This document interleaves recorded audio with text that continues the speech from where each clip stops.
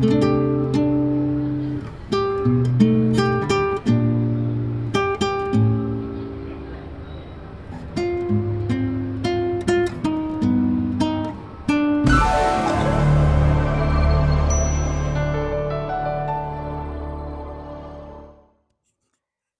goal for today is to break down for you one of the hardest chapters in the Bible, second to Daniel 11. This chapter is Revelation chapter 17. As we ask ourselves, who or what do the seven heads on the beast represent?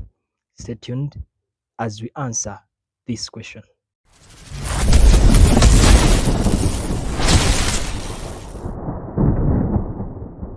So, going right away into Revelation chapter 17, verse especially is 3. So he carried me away in the spirit into the wilderness, and I saw a woman sit upon a scarlet colored beast, full of names of blasphemy, having 7 heads and 10 horns. So here the Bible identifies for us the 7 heads. It would be easier to break them down, but down it talks about the 7 heads being the 7 mountains on which the woman sitteth, and 7 kings, which 5 are fallen, one is, and the other is not yet come. And when he cometh, he must continue a short space. So this is one of the things that makes Revelation chapter 17 an interesting chapter, but it is a summary of history, a summary of what has been talked about from Revelation 11 down up to 16. So we see this beast in Revelation 17 verse 3 as having 7 heads and 10 horns. Today we are not going to put our attention on the woman that rides upon the beast, but rather just discovering what do the 7 heads represent. Number one, we should notice that these 7 heads are found on a beast. What does a beast represent? Daniel chapter 7 verse 13. Daniel chapter 7 verse 17. Bible writes and says, these great beasts which are 4 are 4 kings which shall arise out of the earth. 4 kings which shall arise out of the earth. Then verse 23 says, thus he said, the 4th beast shall be the 4th kingdom. So a beast represents kings or kingdoms, because there is no kingdom without a king, and there is no king without a kingdom. So a beast is a representation of a kingdom or a political entity or a government or a power. So then what do the 7 heads mean? We shall go back again to Revelation chapter 17, and the verse is 9. Revelation 17, verse is 9. Bible writes and says, let's read. Verse 9, it says, and here is the mind which has wisdom. The 7 heads are 7 mountains on which the woman sitteth, and there are 7 kings, 5 are fallen, and one is, and the other is not yet come. And when he cometh, he must continue a short space. So the Bible tells us here that the 7 heads are 7 mountains. What does biblically or prophetically a mountain represent? Come with me to Daniel chapter 2. But before we go there, the Bible says that the 7 heads are 7 mountains on which the woman sitteth. And the woman, remember, she was also sitting on a beast. So the 7 mountains must be a place, literally, and still it must be meaning something prophetically. So the 7 heads, uncovering the meaning of mountains in the Bible, we go to the book of Daniel chapter 2. Daniel 2, verse is 35. Bible writes and says, Daniel 2, verse 34, it says like this, thou sawest still that a stone was cut out without hands, which smote the image upon his feet, that were of iron and clay, and brake them to pieces. Then was the iron, the clay, the brass, and the gold broken into pieces together, and became like the chaff of the summer threshing floors. And the wind carried them away, that no place was found for them. And the stone that smote the image became a great mountain and filled the whole earth. So this stone that we are talking about represents the coming of Christ and his kingdom, which will fill the whole earth. How do we know? Bible says in Daniel chapter 2, and the verse is 47. Shall read verse 45. For as much as thou sawest that the stone was cut out of the mountain without hands, and that it brake in pieces the iron, the brass, the clay, the silver, and the gold, the great God hath made known to the king what shall come to pass hereafter. And the dream is certain, and the interpretation sure. Let me draw back to verse 44.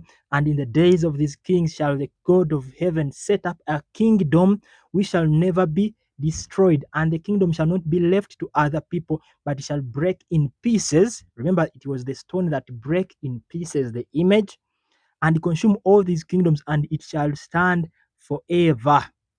So a mountain represents a kingdom. But this stone that hit the image was cut from without hands from a mountain in heaven. It came and struck the image, destroyed all the kingdoms of the world, and it was established as a mountain on the whole earth. So a mountain literally represents a kingdom.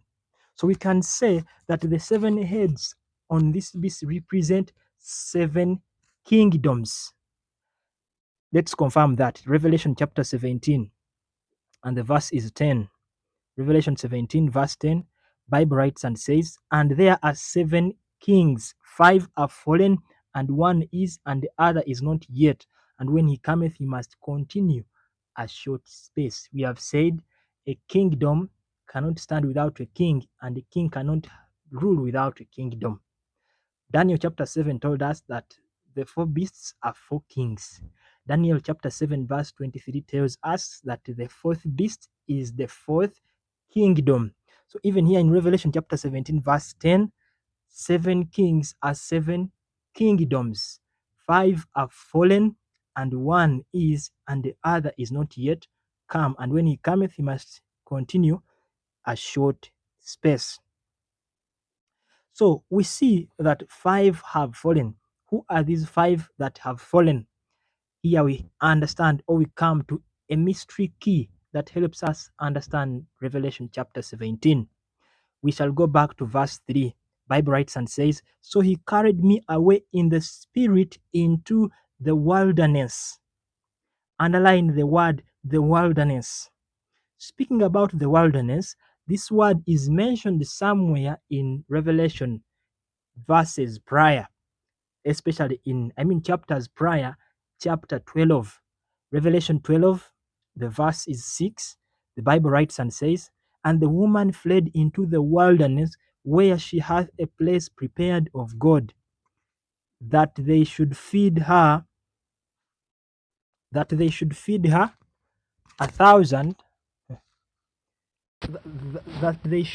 feed 1,203 score days. So this woman was taken into a wilderness where she was fed for 1,003 score days. 1,203 score days. When did the woman go into the wilderness? It is a question we ask ourselves. When did the woman go into the wilderness? Bible tells us that he spent there 1,260 days. In verse 14, the Bible says, and to the woman were given 2 wings of a great eagle, that she might fly into the wilderness, into her place where she is nourished for a times and half a time from the face of the serpent. This phrase clicks something in our minds. A time, times, and half a time. This same period is given reference to in Daniel chapter 7 verse 25. Bible writes and says, Daniel 7 verse 25, and he shall speak great words against the Most High, and shall wear out the saints of the Most High, and think to change times and laws, and they shall be given into his hand until a time and times and the dividing of time.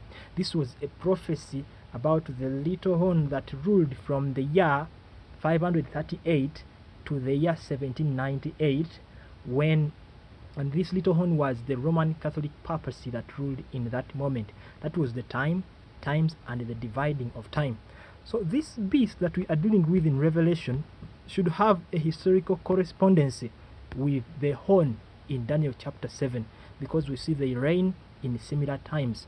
The woman going into the wilderness period stretches or stresses from 538 AD to 1798 AD. So John is brought in the spirit into the wilderness. Now, which specific part of the wilderness? So we see that in the wilderness, 1260 years, John is brought something to see the judgment of the great whore. The judgment of the great whore. John is going to see the judgment of the great whore, meaning he was brought to a period when this great whore is about to receive of what she has been doing. So the second clue, the first clue is the wilderness period. The second clue is towards the end of the judgment of the great whore. Then another one is that at that period 5 kings had fallen. What are these 5 kings that had fallen? Apocalyptic prophecy stresses from the time Babylon was ruling. How do we get to this? Daniel chapter 2 gives us the prophetic Barca bone, which starts with the head of gold, which was Babylon, chest and arms of silver, which was Medo-Persia, waist and thighs of bronze, which was Greece, legs of iron, which was Rome, then feet of iron and clay, which was purple Rome.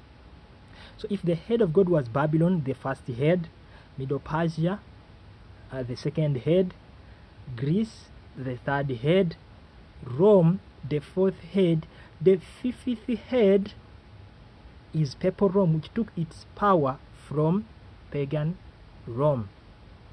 Then it sees this fifth head at the point of its fall, towards its fall. That's why it says 5 are fallen.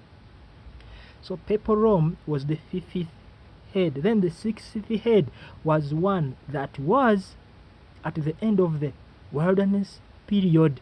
The ruling power or the superpower by the time Rome was falling was the French, and atheism was ruling back then. France was the ruling superpower. Actually, Napoleon is the one who put down the government of the papacy in 1798.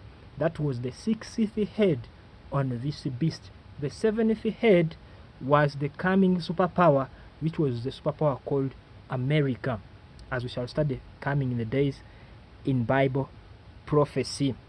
So, but at the end of it all, as I finalize, Bible says like this. Hopefully you have gotten what the 7 heads represent. As I finalize, Bible says like this: these shall make war with the Lamb, and the Lamb shall overcome them, for he is the Lord of lords and King of kings, and they that are with him are called and chosen and faithful.